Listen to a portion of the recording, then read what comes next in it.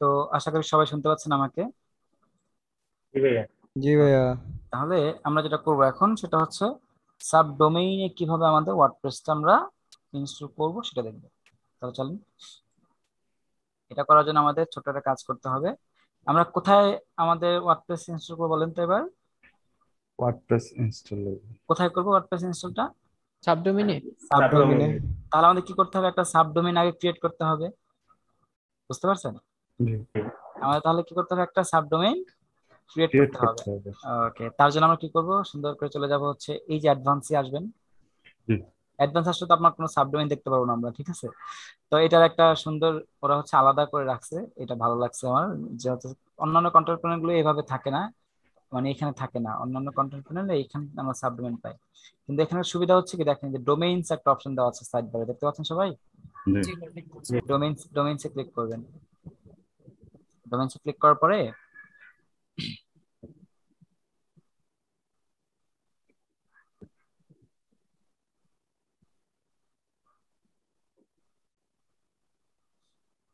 একটু অপেক্ষা করেন। ওকে, ডোমেইনসে ক্লিক করলে আপনার হচ্ছে যে এরকম একটা অপশন আসবে। তো এগুলো যা আসে আসুক, ডাজন্ট ম্যাটার। আমরা যাব হচ্ছে এই যে সাবডোমেইনস, দেখতে পাচ্ছেন সবাই? ডোমেইনসে ক্লিক করবেন। ক্লিক করলে এই চলে আসলো অ্যাড সাবডোমেইন। এখানে ক্লিক করে আপনার নতুন একটা সাবডোমেইন ক্রিয়েট করবেন। তো আমাদের সাবডোমেইন নাম আপনি কি দিতে চাচ্ছেন? সাপোজ ধরেন আমি ওই যে ইকম লিখলাম, খেয়াল আছে সবার? ধরেন আমি এখানে যাবার ইকম লিখি, ধরেন যে এখানে লেখেন যে ইকম ডট, ধরেন যে ডট কম লিখে সার্চ করি। এবার সার্চ করে দেখেন কি আসবে। আসবে হচ্ছে this site can be reached. কেন? কারণ হচ্ছে আমাদের এই নামে কি নাই, কোনো প্রকার সাবডোমেইন নাই। এখন যদি আমরা একটা সাবডোমেইন ক্রিয়েট করি এখানে সেম নামে, ইকম নামে, মানে ওই যে আমাদের ডোমেইনের পূর্বে যেটা থাকবে ইকমটা থাকবে, বুঝতে পারছেন? হ্যালো? বুঝিনি। মানে ওই যে আমরা একটু আগে দেখলাম যেটা, সেটা হচ্ছে এরকম হবে ইকম ডট ডট কম, এটা যে আছে, ঠিক আছে? তো এই যে আমার মেইন ডোমেনের পূর্বে কি লেখা আছে? ইকম লেখা আছে না? জি, এই ইকমটাই হচ্ছে আমাদের এই যে এটা, বুঝতে পারছেন? মানে আমরা আমাদের নামের পূর্বে যেটা এই নামে একটা সাবডোমেইন ক্রিয়েট করতে যাচ্ছি। এক্স্যাক্টলি, মানে আমরা হচ্ছে আমাদের এই নামের পূর্বে বা হচ্ছে আমাদের মেইন ডোমেনের পূর্বে আমরা যেটা হচ্ছে যে লেখাটা দিতে চাচ্ছি ওইটা আমরা এখানে দিয়ে দেবো, বুঝতে পারছেন? হ্যাঁ, এটা তো আমাদের ইচ্ছা মতো দেওয়া যাবে, তাই না? ইচ্ছা, আপনি যা ইচ্ছা তা দিতে পারেন, কোনো প্রবলেম নেই। হ্যাঁ, বুঝতে আচ্ছা, পারছেন? তাইলে তাইলে কি আমাদের ওই যে সরবিন্দুতে যে আছে অ্যাপ ডট ওইটাও এরকম নাকি ব্যাপার? হ্যাঁ, ওইটাও তাহলে এরকম, এখানে জাস্ট অ্যাপ লেখা, তো আমরা অ্যাপ দিয়ে করি এটা নাকি? ঠিক আছে। কারণ আমরা হচ্ছে অ্যাপ দিয়ে করি, তাহলে বা সরবিন্দু দিয়ে করতে পারেন, সরবিন্দু দিয়ে করি। ওকে, মানে আমার মেইন ডোমেনের পূর্বে এখানে সরবিন্দু থাকবে। তার জন্য দেখেন আমার হচ্ছে ডোমেইন নাম, সাব ডোমেইন নামটা দিলাম। এবার এখান থেকে আমার দিতে হবে যে এই সাব ডোমেইনটা আসলে কোন ডোমেনের হবে, এখান থেকে আমাদের এই ডোমেইনটা সেট করে দিতে হবে, বুঝতে পারছেন? কি ক্লিয়ার? এতটুকু বলেন তো। মানে আমার যে এই যে সাবডোমেইনটা, এই সাবডোমেইনটা কার? এই মেইন ডোমেনের না? জি, তাহলে আপনাকে বলে দিতে হবে যে আপনার সাবডোমেইনটা কার হবে, এই ডোমেনের হবে। এরকম আমাদের হোস্টিং এ একাধিক ডোমেইন থাকে, এই কারণে এখানে একটা লিস্ট চলে আসছে। তো যেহেতু আমাদের একটা ডোমেইন আছে, তো এই ডোমেইনের আন্ডারই হবে এই সাবডোমেইনটা। এটা হয়ে গেলে জাস্ট অ্যাড সাবডোমেইনে ক্লিক করবেন। তার মানে দেখা যাচ্ছে যে আপনার এখন যদি সাবডোমেইন ক্রিয়েট করি, এর পরবর্তী যদি ক্রিয়েট করতে চাই তাহলে ওইটাও এখানে দেখাবে। হ্যাঁ, সেম এখানে এসে করবেন। যেমন দেখেন আমি একটা সাবডোমেইন ক্রিয়েট করলাম, ঠিক আছে? এখানে জাস্ট ক্লিক করলে অটোমেটিক সাবডোমেইন জেনারেট হয়ে যাবে।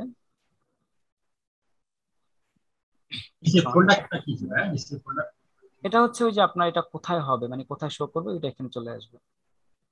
এটা আপনার কিছু করতে হবে না।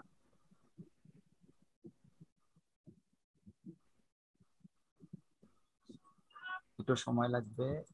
ওকে, এই যে হয়ে গেছে, দেখেন এই যে আমার একটা সাবডোমেইন ক্রিয়েট হয়ে গেছে, দেখতে পাচ্ছেন? Your subdomain is ready. এবার আমরা একটা সাবডোমেইন করলাম, এবার কি হবে বলেন? এই সাবডোমেইনে কিছু ফাইল তো আমাদের অবশ্যই, এই সাবডোমেইন একটা ফোল্ডার কোথাও না কোথাও জমা হয়ে গেছে, তাই না? হ্যালো?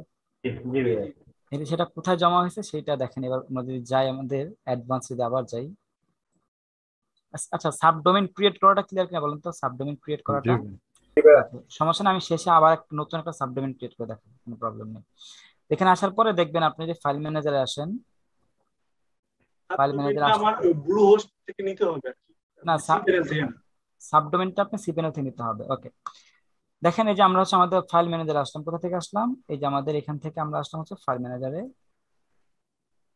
ফাইল ম্যানেজারে আসলে এবার ওই যে আমরা আমাদের মেইন যখন লোকাল হোস্টে করেছিলাম, আমাদের রুট ফোল্ডার কি ছিল? htdocs না, মনে আছে? আর এখানে হচ্ছে আমাদের পাবলিক html। হ্যাঁ, এখানে আসবো। আসলে দেখেন এবার আমাদের হচ্ছে সরবিন্দু jubarhosen.com নামে একটা ফোল্ডার এখানে ক্রিয়েট হয়ে গেছে।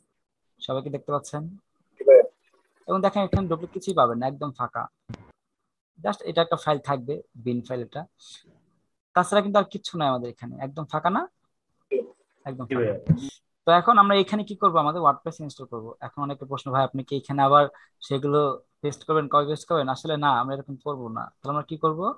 আমরা সিম্পল একটা কাজ করব, সেটা হচ্ছে আমরা সেম এখানে আসব। এখানে এসে অ্যাজ ইউজুয়াল আমরা হচ্ছে যেভাবে মেইন ডোমেনে ওয়ার্ডপ্রেস ইনস্টল করছি আমরা ওই প্রসেসটা এখন দেখব। জাস্ট এখানে আসবেন, এই যে WordPress manager by software class, এখানে ক্লিক করবেন। এখানে ক্লিক করলে ইনস্টলে ক্লিক করে হচ্ছে জাস্ট এইবার দেখেন এখানে যদি ক্লিক করেন, এই যে এখানটা দেখতে পাচ্ছেন সবাই, চুজ ডোমেইনে, জি এখানে যদি ক্লিক করেন, ক্লিক করলে দেখবেন এই যে আপনার ওই সাবডোমেইনটা এখানে চলে আসছে, দেখতে পাচ্ছেন সবাই? তাহলে আমাদের ওয়ার্ডপ্রেসটা আমরা ইনস্টল করবো কোথায়? সাবডোমেইনে না? জি এই কারণে আমরা সাবডোমেইনটা এখান থেকে সিলেক্ট করে দেবো। এবার বুঝতে পারছেন সবাই? এবার দেখেন এখানে একটা লেখা চলে আসছে যে a trusted SSL certificate was not found. মানে কি এই সাবডোমেইনের জন্য কি করা হয় নাই? আমাকে হোস্টিং প্যানেল কোনো প্রকার কি দেয় নাই বলেন? এসএসএল ঠিক আছে। প্রোভাইড করে নাই। বুঝতে পারছেন? HTTPS লাগানো যাবে না আর কি। হ্যাঁ, এখানে আমাদের HTTPS লাগানো যাবে না, আমাদের HTTP দেই, এটা আপনি ইউজ করতে পারবেন। এখন কি এটা ওই ওয়ার্নিংটা আছে আর নাই? যখন আমরা HTTPS দেবো এই যে ওয়ার্নিংটা চলে আসবে, দেখেন ওয়ার্নিংটা খুব সুন্দর করে চলে আসবে।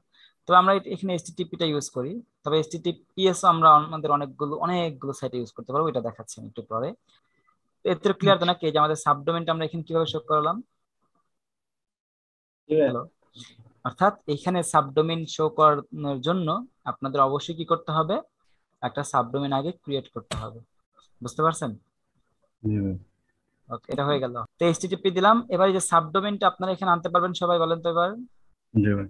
That's it. এবার আমাদের তাহলে এখানে আমরা আমাদের ইউজার নেম পাসওয়ার্ড দিয়ে দিচ্ছি। সাপোজ কি দেওয়া যায়? আমি সাবডোমেইন নামে একটা পাসওয়ার্ড ইউজার নেম দিলাম, সাবডোমেইন। ওকে, আর এখানে দিলাম একটা ইউজার নেম, সাবডোমেইন দিলাম। তো হয় নাই, হ্যাঁ, স্ট্রং করি আবার আমরা, স্ট্রং হয়ে গেছে। ঠিক আছে, হয়ে গেল। হওয়ার পরে হচ্ছে সেম, আর কিছু করতে হবে না। আপনারা এই চার এগুলো চেঞ্জ করতে পারেন, এগুলো আমি চেঞ্জ করতেছি না। That's it. এবার জাস্ট ইনস্টল। সাইটটা তো আমরা পরেও চেঞ্জ করতে পারবো। হ্যাঁ, ওগুলো পরে চেঞ্জ করা যায়, কোনো সমস্যা নেই। সময় লাগবে না, সর্বোচ্চ 10 থেকে 15 সেকেন্ড সময় লাগবে, তার মধ্যে এটা ইনস্টল হয়ে যাবে।